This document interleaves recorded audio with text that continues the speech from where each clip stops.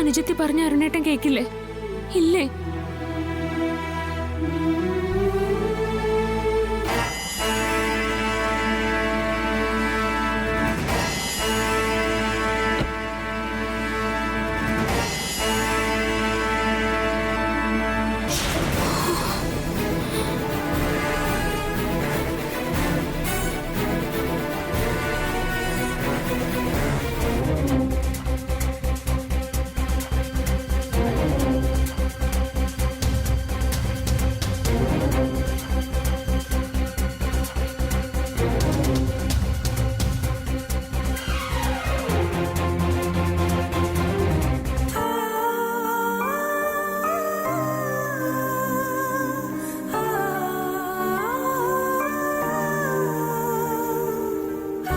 ഈ കുടുംബത്തോട് ഇത്രയ്ക്ക് സ്നേഹമുള്ള മോളെയാണല്ലോ തെറ്റിദ്ധാരണയുടെ പേരില് ഞാൻ അകറ്റി നിർത്തിയത്.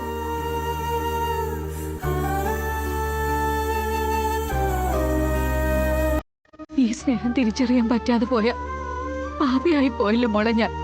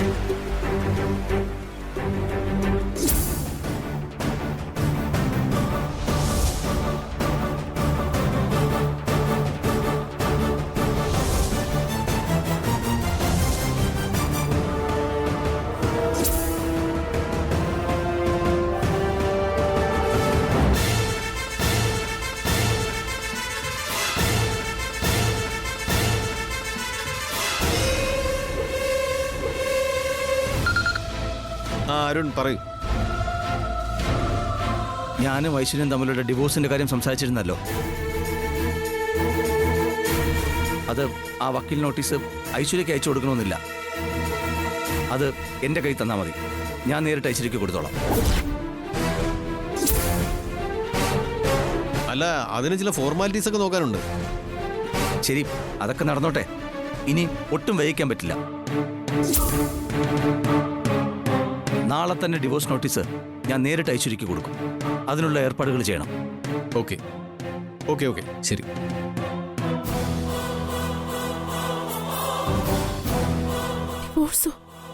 ഈശ്വര, ഇനിയിപ്പോ ഞാൻ എന്താ ചെയ്യാ?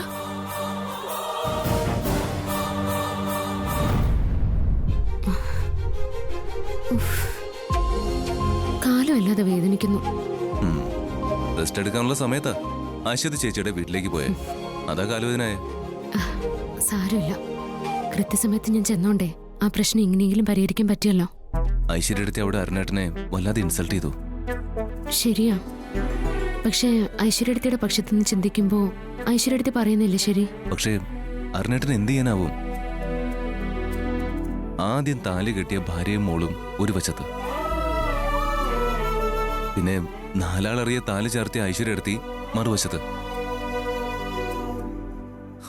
ആരെ തള്ളിക്കളയണം, ആരെ സ്വീകരിക്കണം, ഒന്നും തീരുമാനിക്കാനാവാത്ത അവസ്ഥയിലാ അരുണേട്ടൻ. ഇക്കാര്യത്തില് നമുക്കെന്നല്ല, ആർക്കും വ്യക്തമായൊരു സൊല്യൂഷൻ ഉണ്ടാക്കി കൊടുക്കാൻ പറ്റാത്ത അവസ്ഥയാ. ഇതിങ്ങനെ മുന്നോട്ട് പോയ എന്താവൂന്ന് ഒരു എത്തും പിടിയും കിട്ടുന്നില്ലല്ലോ ഈശ്വര. ഇന്നിപ്പോ തൽക്കാലം ഇങ്ങനെ കാര്യങ്ങൾ തീർക്കാൻ പറ്റി. ഇനി അരുണേട്ടൻ ഉറപ്പായി മോളെ കാണാൻ പോവും. ഐശ്വര്യടുത്ത് വെറുതെ ഇരിക്കില്ല, അവരത് മണത്തറിയും. പിന്നെ ഒന്നും നമുക്ക് നിയന്ത്രിക്കാനാവില്ല സർ. മാത്രമല്ല അയൽക്കാരെ കൂടി അരുണേന്റെ നേരെ തിരിച്ചിരിക്കുക ഐശ്വര്യടുത്തി. അതും പ്രശ്നം. സർ, എന്തായാലും സർ സൗകര്യം പോലെ അരുണേനോടൊന്ന് സംസാരിക്കണം. അരുണേന്റെ ഈ ദേഷ്യമൊക്കെ ഒന്ന് കുറയുമ്പോൾ ശരിക്കും കാര്യങ്ങളൊക്കെ ഒന്ന് പറഞ്ഞ് മനസ്സിലാക്കണം.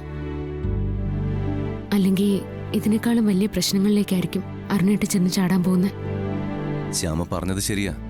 ഞാൻ അരുണേട്ടനോട് സൗകര്യം പോലെ സംസാരിക്കാം.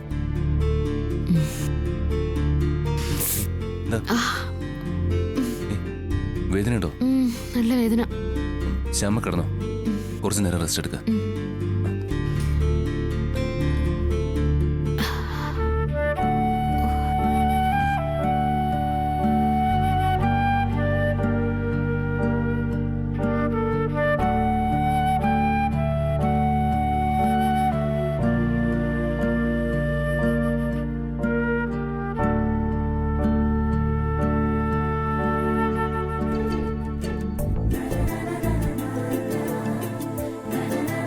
വേദന കുറവുണ്ടോ? കുറവുണ്ട്. ഉറങ്ങിക്കോ.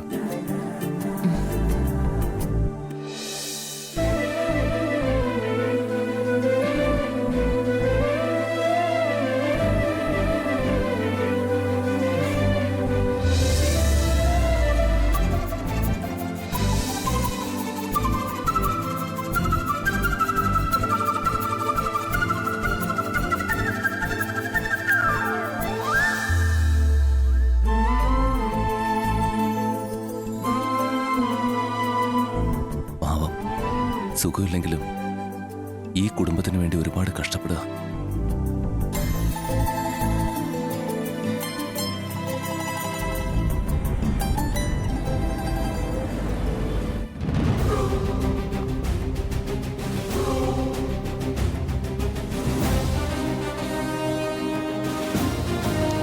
ഐശ്വര്യ, നീ പറഞ്ഞത് സത്യമാണോ? അരുൺ വക്കീലിനോട് അങ്ങനെ പറഞ്ഞോ? അരുൺ നിന്നെ ഡിവോഴ്സ് ചെയ്യൂ? നമ്മൾ നല്ലതിനു വേണ്ടി ചെയ്തതിപ്പോ വല്ലാത്ത തിരിച്ചടിയായല്ലോ. ഇപ്പോ എന്റെ ജീവിതം ഇങ്ങനെയാ മായേ. എല്ലാം തിരിച്ചടികളാ. മനസ്സിന് യാതൊരു സ്വസ്ഥതയുമില്ല. ജീവിതമേ വെറുത്തു പോവാ ഞാൻ. നീ ഇങ്ങനെ ടെൻഷൻ ആവുമൊന്നും വേണ്ട. എന്തെങ്കിലും വഴി കാണാതിരിക്കോ? നമ്മൾ വിചാരിച്ച വഴി ഉണ്ടാകുമെന്നേ. നമുക്ക് നോക്കാം. എന്ത് വഴി? ഇനി ഒന്നും ചെയ്യാനില്ല. അരുണിന്റെ സ്വഭാവം അങ്ങനെയാ. വെട്ടൊന്ന് കഷ്ണം രണ്ട്. ദൈവം നേരിട്ട് വന്ന് പറഞ്ഞാലും കേക്കില്ല. എന്തായാലും എന്റെ കാര്യത്തിലൊരു തീരുമാനമായി. ഏയ്, അങ്ങനെ നിരാശപ്പെട്ടാലോ? നമുക്ക് ആലോചിക്കാം. എന്നെ വിശ്വസിക്കേ. നിനക്കൊപ്പം ഞാനില്ലേ കൂടെ? മായയുടെ വാക്ക് വിശ്വസിച്ച ഞാൻ അശ്വതിയുടെ വീട്ടിൽ ചെന്ന് അത്രയും പ്രശ്നം ഉണ്ടാക്കിയത്. അതോടെ അശ്വതി മോളെയും കൊണ്ട് നാട് വിടുമെന്ന് കരുതി. ഇതിപ്പോ ഞാൻ നാട് വിടേണ്ട അവസ്ഥയെ. ഐശ്വര്യനെ കുറ്റപ്പെടുത്തുവാണോ? ഞാൻ ഐശ്വര്യയുടെ നന്മയ്ക്ക് അതെല്ലാം പറഞ്ഞത്, അല്ലാതെ ദ്രോഹിക്കാനല്ല. ഞാൻ ആരെയും കുറ്റപ്പെടുത്തുന്നില്ല. എല്ലാം എന്റെ തലവിധിയാ. താമസിയാതെ ആ വീട്ടിൽ നിന്ന് ഇറങ്ങേണ്ടി വരും. പിന്നെ എന്ത് ചെയ്യണമെന്ന് അറിയില്ല. അതല്ല, ഐശ്വര്യയുടെ പാരന്റ്സ് റിച്ച് അല്ലേ? അവരുടെ അടുത്ത് പോയാലും സുഖമായിട്ട് ജീവിച്ചൂടെ? റിച്ചായിരുന്നു ഒരു കാലത്ത്. ഇപ്പോ അതൊന്നും പറയണ്ട. അച്ഛന്റെ ബിസിനസ് എല്ലാം പൊട്ടിപ്പൊളിഞ്ഞു പോയില്ലേ? ഓ, അത് ഞാൻ അറിഞ്ഞില്ല. മായക്കെന്നല്ല, അരുണും വസുന്ധരാമയ്ക്കും ആർക്കും അറിയില്ല. എന്റെ അച്ഛനും അമ്മയും ഇപ്പോ വാടക വീട്ടിലാ കഴിയുന്നത്. അതെയോ? ഞാൻ വസുന്ധരാമയുടെ കമ്പനിയിൽ വൈസ് ചെയർപേഴ്സൺ ആയിരുന്ന നാളൊന്നും അത്രയും കുഴപ്പമില്ലായിരുന്നു. ഞാൻ അങ്ങനെ ഇങ്ങനെയും തിരിമറി നടത്തിയിട്ട് ലക്ഷങ്ങളാ എന്റെ കുടുംബത്തിന്റെ കടം തീർക്കാനായിട്ട് അയച്ചു കൊടുത്തത്. എന്റെ അച്ഛനമ്മയ്ക്കും വേണ്ടിയല്ലേ. ഞാൻ കമ്പനിയിൽ അത്രയും കഷ്ടപ്പെട്ടിട്ടല്ലേ. അപ്പോ കുറച്ച് ക്യാഷ് അടിച്ചു മാറ്റുന്നു. അതൊരു തെറ്റായിട്ട് എനിക്ക് തോന്നിയിട്ടില്ല. ശരിയാ. ലക്ഷങ്ങളല്ല, കോടികൾ അടിച്ചു മാറ്റി വസുന്ധരയുടെ കമ്പനി പൂട്ടിക്കേണ്ടതായിരുന്നു. അങ്ങനൊരു പ്ലാൻ എനിക്കുണ്ടായിരുന്നു. എൻ്റെ അച്ഛൻ്റെ അമ്മയുടെയും ഭാഗ്യദോഷം എൻ്റെ വൈസ് ചെയർപേഴ്സൺ സ്ഥാനം തീർച്ചു. വിഷമിക്കാതെ ഐശ്വര്യ, പോയ സ്ഥാനങ്ങളെല്ലാം നമുക്ക് തിരിച്ചു പിടിക്കാമെന്നേ. ഇപ്പോ അങ്ങനെ വലിയ മോഹങ്ങളൊന്നും എനിക്കില്ല. ഇനി അത് നടക്കില്ല. ഇനിയിപ്പോ അരുണിന്റെ ഭാര്യയായിട്ട് അവിടെ പിടിച്ചു നിൽക്കെങ്കിലും വേണം. ഇപ്പോ അത് നഷ്ടപ്പെടുന്ന അവസ്ഥയായി. മിസ് കേരളയായിട്ട് വിലസി നടന്ന് ഞാൻ ഒടുവിൽ ജീവിക്കാൻ തെണ്ടി നടക്കേണ്ട അവസ്ഥയാ. ഓർക്കുമ്പോ എനിക്ക് സഹിക്കുന്നില്ല മായ. എന്നെ തകർക്കാൻ മുൻകൈ എടുത്തിരുന്ന ശ്യാമ ഇപ്പോ വസുന്ധരാമയുടെ ഏറ്റവും പ്രിയപ്പെട്ട മരുമകളായി ആ കുടുംബത്തിൽ വിലസുക. ഞാൻ വെറും അനാഥ. എന്റെ സ്വപ്നങ്ങളെല്ലാം തകിടം മറിച്ചത് ശ്യാമയുടെ ആ പ്രഗ്നൻസിയാ. അമ്മ അഖിയുടെ കുഞ്ഞെന്നും പറഞ്ഞ് സദാസമയവും അവളുടെ പിന്നാലെ നടന്ന് തേനും പാലും ഒഴുക്കുക. ഈ ഗർഭം എന്ന് പറഞ്ഞ ഇത്ര വിലയുള്ള കാര്യമാണെന്ന് ഇപ്പോഴേ എനിക്ക് മനസ്സിലായത്. അവിടെ എല്ലാവരും കൈവെള്ളയിൽ എടുത്തു വെച്ച് നടക്കല്ലേ ശ്യാമേ. അന്നാ സിദ്ധന്റെ വിഷപ്പൊടി കുടിച്ച് ഞാനൊന്ന് ഒമിറ്റ് ചെയ്തു. അപ്പൊ അമ്മ അമൃതയെടുത്തി ഓടി വന്ന് എന്താ ഏതാ എന്തെങ്കിലും പ്രശ്നമുണ്ടോന്നൊക്കെ ചോദിക്കുക. പിന്നെ മാറി നിന്ന് ഇവൾക്കും വിശേഷമുണ്ടെന്നാ തോന്നുന്നൊരു കമന്റും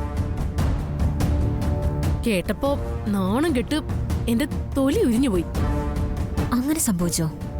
അങ്ങനൊരു ഗതികേട് എന്റെ ജീവിതത്തിലുണ്ടായി.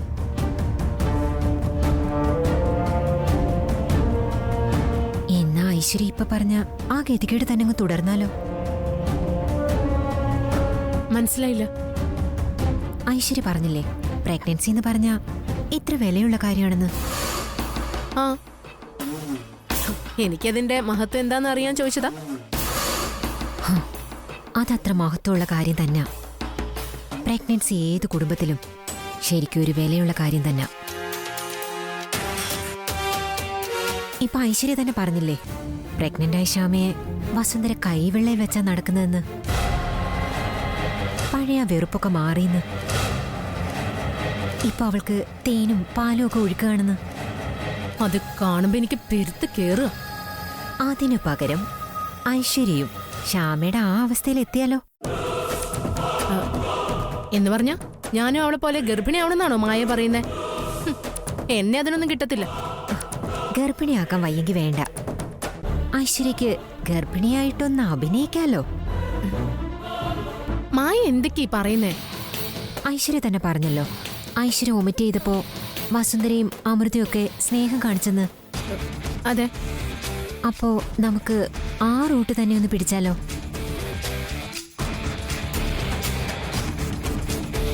ഐശ്വര്യ വെറുതെ അങ്ങ് ഗർഭം അങ്ങ് അഭിനയിക്കുക. അഭിനയിക്കേ? ഒരു കാര്യം ഞാൻ ഉറപ്പ് പറയാം ഐശ്വര്യ, നിന്റെ ഇപ്പോഴത്തെ പ്രശ്നങ്ങൾക്കെല്ലാം ഏക സൊല്യൂഷൻ അതാണ്. നീ ഗർഭിണിയാണെന്നറിഞ്ഞ ആ വീട്ടിലെ വസുന്ധര ഉൾപ്പെടെ എല്ലാരും നിന്നെ സ്നേഹിച്ചു തുടങ്ങും. പിന്നെ അരുൺ, അവന്റെ ഡിവോഴ്സ് കേസ്, അവൻ നിന്റെ ഗർഭത്തിന് മുന്നിൽ മുട്ടുമടക്കും. മായ പറയുന്നതൊക്കെ നടക്കൂ? നടക്കും. മായ പറയുന്നത് നടന്നിരിക്കും. ഗർഭം വെറുതെ അഭിനയിച്ചാ പോരാ, അതിന് ചില മുന്നൊരുക്കങ്ങളൊക്കെ വേണം. ഐശ്വര്യ വാ, എന്താ ഏതാ വേണ്ടെന്ന് നമുക്ക് നോക്കാം.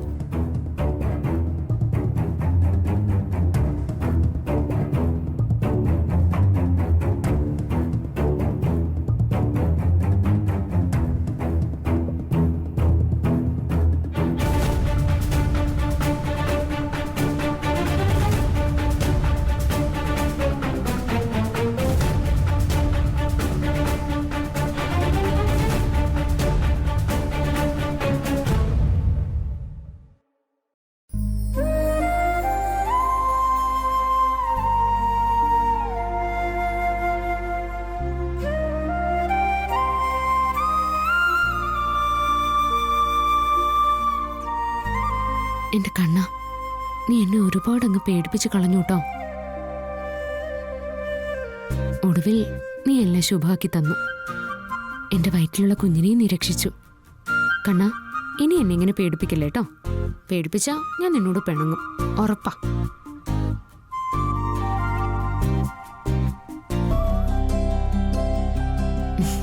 എന്റെ ഉണ്ണിക്കണ്ണ, എന്റെ കുസൃതി കണ്ണ, നിന്റെ സൗന്ദര്യമുള്ളൊരു മോനെ എനിക്ക് വേണ്ടേ. ശ്ശോ, ഞാനെന്തൊരു പൊട്ടിയാ. ഞാനെന്തിനാ നിന്നോട് പരിഭവം പറയുന്നത്?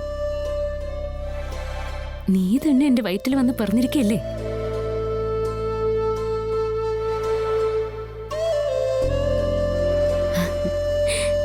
നീ പിറന്നു കഴിഞ്ഞാ പിന്നെ എനിക്ക് ഒരു സമാധാനവും തരില്ല, അതെനിക്കറിയാം. അമ്പാടിയിലെ യശോദാമ്മയായിട്ട് നീ ഒരുപാട് വട്ടം ചുറ്റിച്ചതാ. എനിക്കറിയാം നിന്റെ കുസൃതികള്. അതുപോലെ എന്നെ നീ ഒരുപാട് ബുദ്ധിമുട്ടിക്കും, അതെനിക്ക് ഉറപ്പുണ്ട്. സാരമില്ല, അതൊക്കെ ഞാൻ സഹിച്ചു. ഉണ്ണിക്കണ്ണന്റെ കുസൃതികളെ എനിക്കെന്നല്ല ഏതമ്മമാർക്കും വലിയ ഇഷ്ടാ.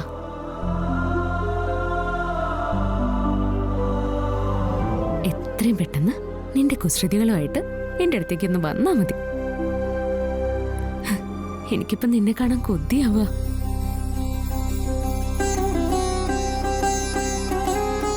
എന്റെ കണ്ണ, എത്രയും വേഗം നീ എന്റെ കുഞ്ഞായി എന്റെ അടുത്തേക്ക് വരണം കേട്ടോ.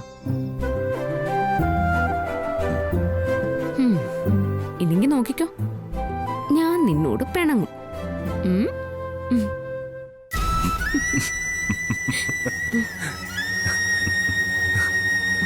ഇതെന്താ ഉണ്ണിക്കണ്ണനോട് നേരിട്ട് സംസാരിക്കുന്ന പോലെ ഉണ്ടല്ലോ. ആ, ഞങ്ങൾ അമ്മയും മോനും ഇപ്പൊ അങ്ങനെയാ. ആ, നന്നായി. ശ്യാമയുടെ ആഗ്രഹം തന്നെ നടക്കട്ടെ. ശ്യാമയെ പോലൊരു മോള് വേണമെന്നായിരുന്നു എന്റെ ആഗ്രഹം. പക്ഷെ തന്റെ ഈ ഇഷ്ടം കാണുമ്പോ ഞാൻ എന്റെ ആഗ്രഹം മാറ്റിവെക്കാൻ പോവാ. ശ്യാമയുടെ മോഹം പോലെ നമ്മുടെ ഉണ്ണിക്കണ്ണന്റെ കുസൃതിയുള്ള ഒരു മോന്തനായിക്കോട്ടെ, അത് മതി.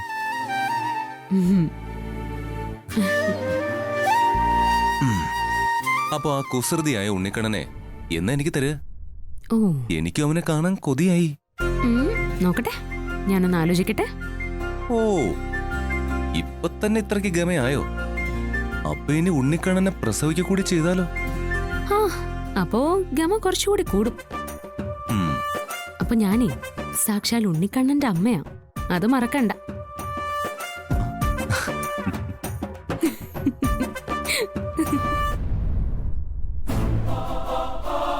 വസുന്ധര എങ്ങനെയെങ്കിലും തകർത്ത് തരിപ്പണാക്കണം.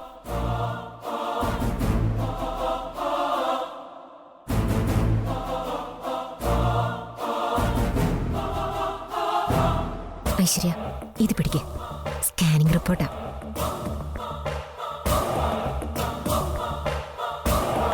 അറിയാലോ, അത്ര കഷ്ടപ്പെട്ട ഈ കള്ള സ്കാനിംഗ് റിപ്പോർട്ട് ഞാൻ ഒപ്പിച്ചെടുത്തത്. സൂക്ഷിക്കണം. ഇത് കള്ള സ്കാനിംഗ് റിപ്പോർട്ടാണെന്ന് കണ്ടുപിടിച്ച വലിയ പ്രശ്നമാവില്ലേ? ഇപ്പൊ തന്നെ ഞാൻ ആനന്ദ നിലയത്ത് ഔട്ടായ മട്ട. ഇനി ഈ ഡ്രാമ കൂടെ പൊളിഞ്ഞ പിന്നെ എന്റെ അവസ്ഥ. എനിക്കിത് ഓർക്കാൻ കൂടി വയ്യമായേ. ഐശ്വര്യ, അവിടെയാണ് നിന്റെ മിടുക്ക് കാണിക്കണ്ടേ. നിനക്ക് എങ്ങനെയെങ്കിലും ആ വീട്ടിൽ പിടിച്ചു നിൽക്കണം. അരുണിന്റെ ഭാര്യയായി തുടരണം.